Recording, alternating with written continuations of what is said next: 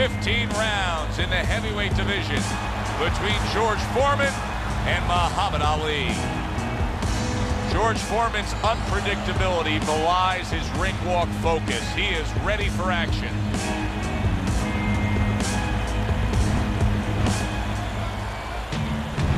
Muhammad Ali's ring walk, something special in the air. You can just sense it out of him.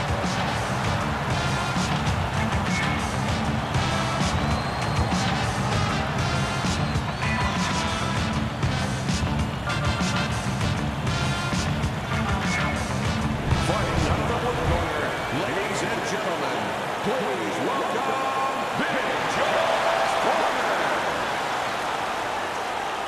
And his opponent fighting across the ring, fighting out of the red corner, the greatest of all time, Muhammad Ali.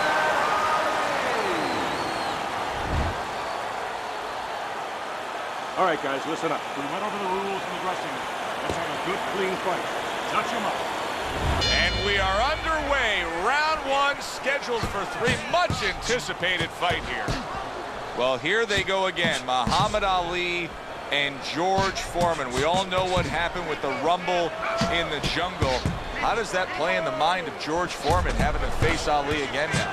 Whether or not Foreman can get those memories out of his mind. This is a guy that was broken down. This is a guy that had his will pulled out of his soul, out of his chest.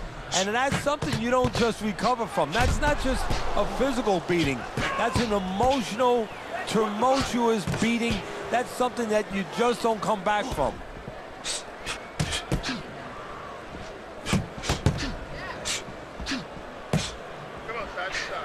Tried the hook, didn't get it.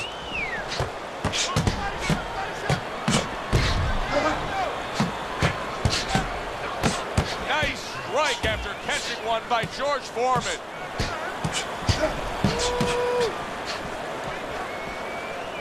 How about a return to sender with the left hand?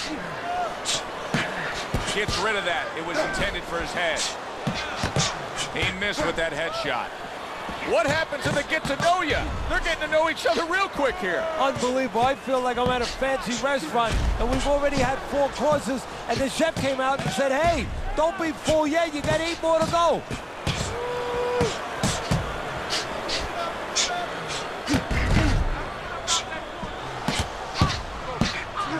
That was a miss by Ali.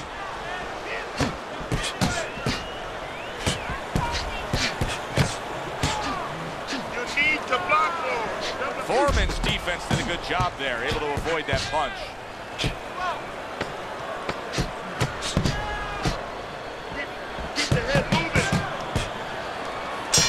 How is this strategy of employing the jab time and time again going to pay off for him? Well, it's going to be kind of like, you know, when you put your kids to sleep, you know? You get a little peace and quiet.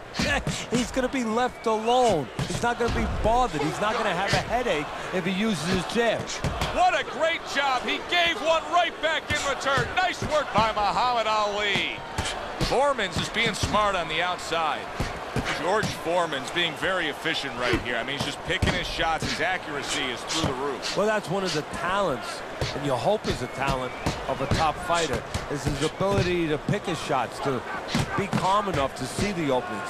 He's seeing everything right now.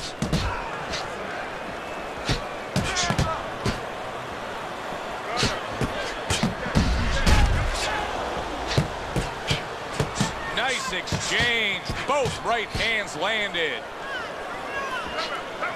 George Foreman, of course, took part in one of the most famous fights of all time, the Rumble in the Jungle. What could he have done differently to have changed that outcome? Nothing. Ali got into his head. That Ali made him believe that he could not beat him. That Ali made him believe that he had to submit. Because for years after that, days and hours and years, he had to deal with the knowledge that he gave in to a guy who was more together mentally than he was. Muhammad Ali is showing a little bit of a defensive shell, but Teddy, I'm seeing punches still getting through and splitting that guard. Yeah, well, that's the problem, Joe, when you put those earmuffs on, but you don't move your head. Some of them are going to get through, and just as importantly, you handcuff yourself, so your opponent is going to stay in there a little bit longer, knowing that nothing's coming back right away.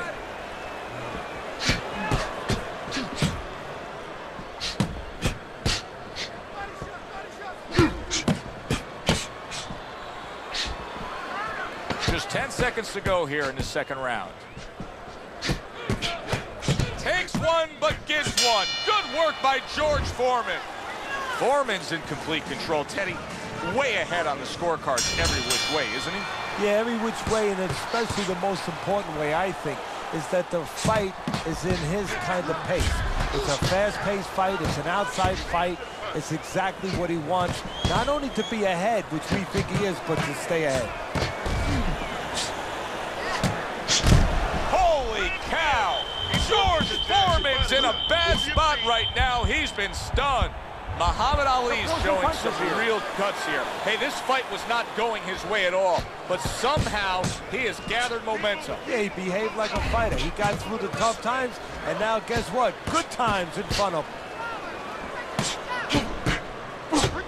Big George Foreman, originally from Marshall, Texas, where as a youth, Teddy, he was involved in a lot of street fights, and he had a reputation as the kind of guy that you didn't mess with out and about. You know, we've had a lot of fighters that have come out that route. Boxing has turned a lot of young men who were in trouble on the streets, turned them into not only world champions, but, you know, world champions as people that could serve society.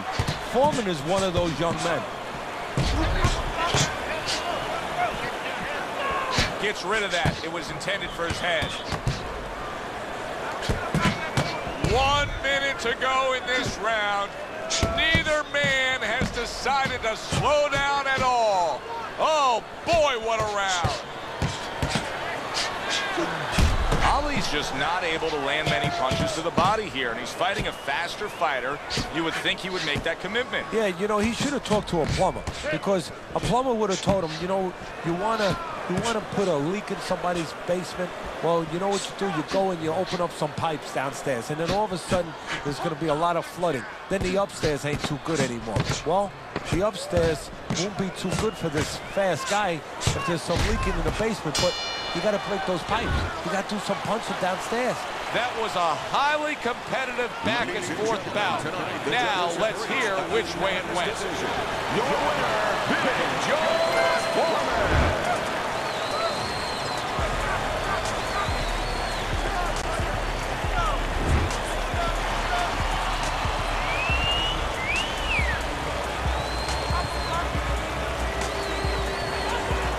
George Foreman's your winner by unanimous decision, Teddy. Well, the question from the beginning was, could he get inside and make it his kind of fight?